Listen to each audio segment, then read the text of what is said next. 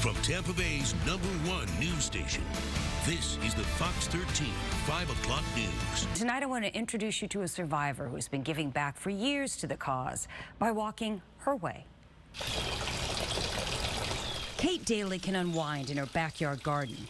I call it the survival of the fittest garden. Watch the birds and listen to the water.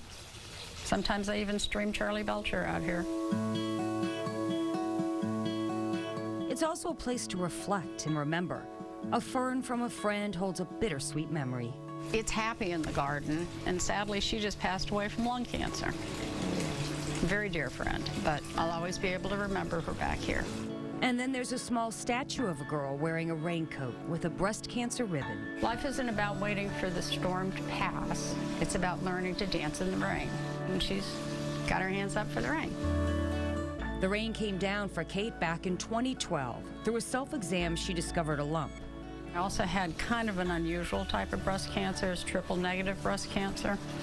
So I had all this information, and I wanted to make sure I had the correct information.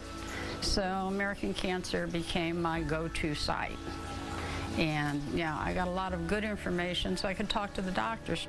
She dealt with the loss of hair with humor, taking a picture with her cousin. I had his fiance shave my head, and we decided we looked a lot alike with no hair. My positive attitude helped me a lot. I had some fairly serious chemo, and I was never really sick. I never missed any work. Every time I came home from chemo, there was a gift on my doorstep. Kate didn't have a bell to ring at the time of her last chemo treatment, so she marked the moment in another way. I took a picture of the chemo infusion pump with the word "end" on it. 10 years later, Kate is celebrating her health and paying it forward to the American Cancer Society. They were so helpful to me during the 2-3 years of my treatment and all my surgeries. I wanted to give back. So I thought making strides was a good way to do that. Kate has her own walk. She and her husband take a trip to one of her favorite spots, Key West. I have a fundraising page. I set a goal with $3,000 every year. My team name is Kate's Conks, and a conk is someone who's born in Key West, which I wasn't, but I'm the team. It's just me. I start at the southernmost point. That's a little over 2 miles.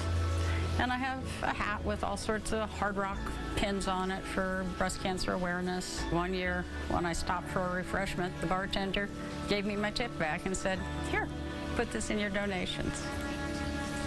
So that was memorable. And she says it makes it easier to dance in the rain when you keep this in mind. You can't control what's happening to you. You can control how you react to it. Isn't that true? And Kate just wrapped her walk in Key West this week.